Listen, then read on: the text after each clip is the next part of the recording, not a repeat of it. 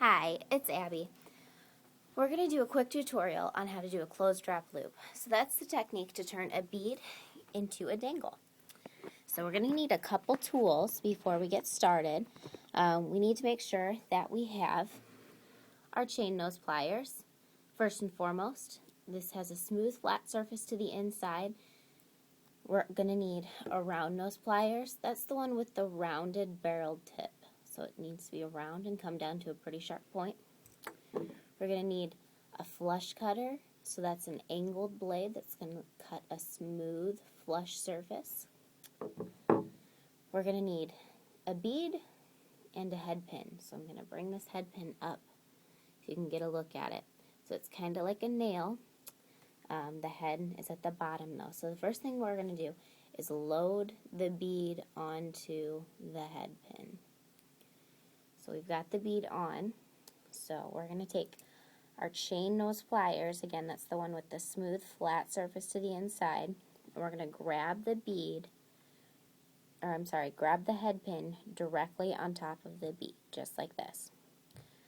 So we want to stay close to the very nose of the pliers, so you can see what I've got here, and we're going to bend the head pin on top of the pliers into a right angle, just like that. So then we're going to switch to our round nose pliers, and we're going to make sure that the noses of the pliers are on top of one another instead of side by side. So they need to be like this instead of like this. That way we can grab the part of the head pin that's bent over and parallel to the table instead of the part that's going up and down through the bead. So we're going to slide it in and grab directly in the corner, so you can see how I'm holding it here. And I'm going to have you watch pretty closely here. This is the part that gets kind of tricky. We need to bend the wire up around the top of the pliers and down. So we've bent the wire around the top and down. So we have kind of like a clothes hanger shape now. Now this would be the step where you'd add it into something. So if you're hanging a charm off of a bracelet or a chain, or if you're turning a bead into a pendant, you could also hook this directly into your earring finding, although most earring findings do open to allow you to put something inside of them. So we're just going to pretend like we're hooking this into something. If we weren't, what we would do is just put the round nose pliers back in on the bottom loop and continue our circle around. But since we're kind of pretending we've hooked it into something, but we're not, so that you can actually see what we're doing, we're going to grab the very top of the loop here, so that we can still allow for something to go through there, and we're going to just kind of start to complete our loop. So what I like to do is grab kind of in the middle or towards the back of my pliers. That way I'm going to have a little bit more control, and you're going to feel like the head pin's not going to slip out from your grasp. So we're going to start to complete our loop, so you can see how I'm starting to make like a cursive E shape.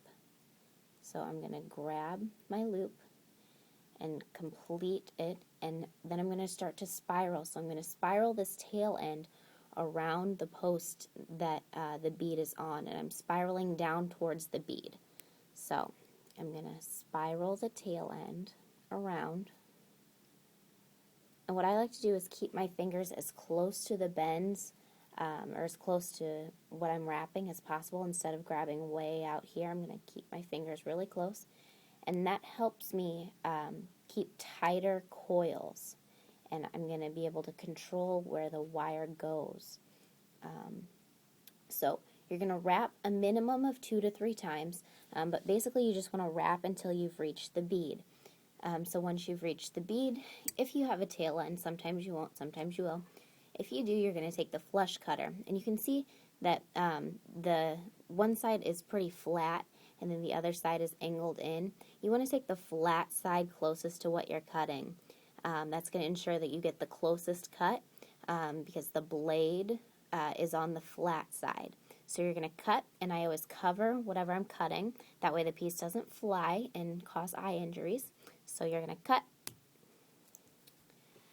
and then you have a cute little dangle. Now sometimes when you cut, you might not get as close as you'd like, so what you can do then is take your chain nose pliers, and again that's the one with the smooth flat surface to the inside, and just kind of tuck that tail end down if you need to. Thanks for watching.